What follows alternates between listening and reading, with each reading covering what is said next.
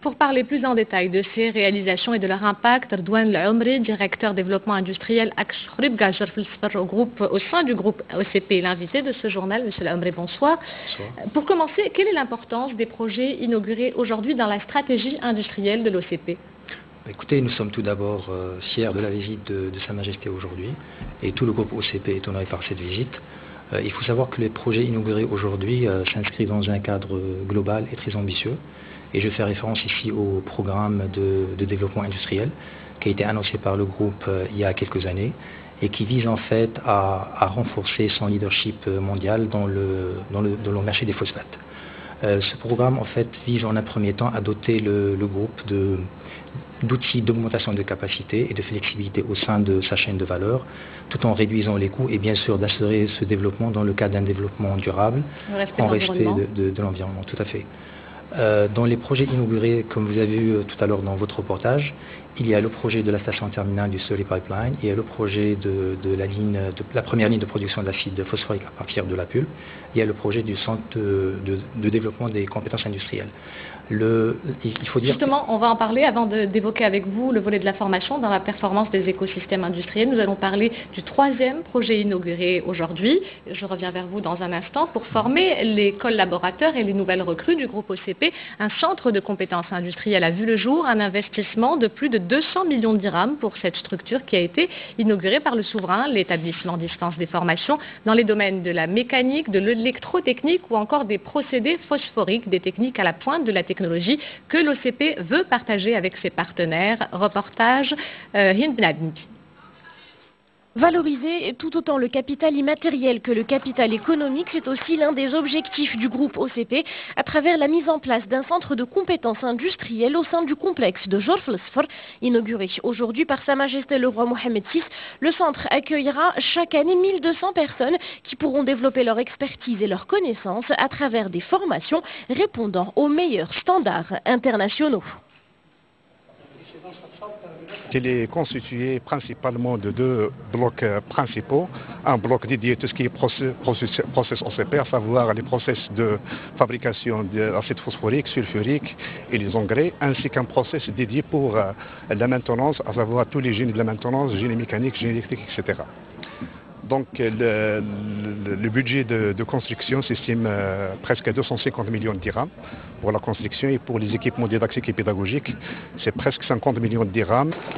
S'étendant sur une superficie globale de près de 4 hectares, dont plus de 20 000 mètres carrés couverts, le centre de compétences professionnelles de Jorf el-Sfar a été doté de plusieurs salles de cours, de salles informatiques et de laboratoires, ainsi que d'un amphithéâtre d'une capacité de 300 personnes. La formation dont on bénéficie ici est très intéressante. Sur le terrain, il y a de l'encombrement et cela prend plus de temps d'apprendre sur le tas. Ici, on apprend plus vite, notamment en ce qui concerne les consignes de sécurité.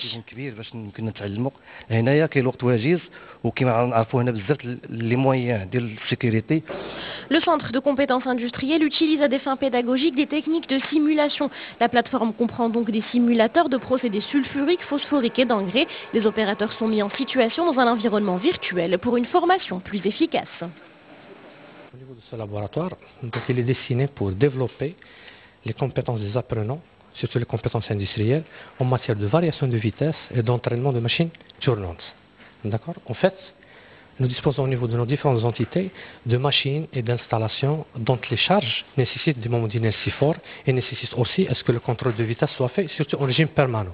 Le centre de compétences industrielles de Jorf el-Sfar compte 46 enseignants venus former les collaborateurs et les nouvelles recrues de l'OCP, mais également les sous-traitants et les industriels du complexe de Jorf el-Sfar. L'objectif est de doter les bénéficiaires de toutes les connaissances nécessaires au développement du secteur, mais également d'ouvrir des passerelles de coopération scientifique, technologique et industrielle avec des institutions similaires de renommée mondiale. Monsieur L'Omri, ce centre est l'un des 5 établissements du groupe OCP dédié à la formation continue. Le groupe a mis en place une véritable politique de valorisation des compétences. Accompagner, former, c'est indispensable pour la performance des écosystèmes industriels? Tout à fait. En fait, ce centre fait partie donc, des politiques, comme vous l'avez cité, d'accompagnement en fait, du programme de développement industriel et même de sa stratégie industrielle, parce qu'il vise à former aussi bien les collaborateurs que les collaborateurs OCP, je veux dire, que les collaborateurs au niveau donc, de ses partenaires, au niveau de son écosystème, et aussi au niveau donc, de son pourtour, et notamment africain, dans le cadre d'une collaboration sud-sud qui émane d'une volonté de notre pays. Ces formations-là, en fait, elles viennent renforcer donc, la compétence du collaborateur qui, derrière, a un impact direct donc, sur les coûts opérationnels du groupe, ce qui donne donc, un avantage comparatif par rapport à d'autres industries qui oublient donc l'investissement au niveau du capital humain et le capital intangible. Redouane Amari, directeur développement industriel au sein du groupe OCP, merci d'avoir répondu à notre invitation. Merci.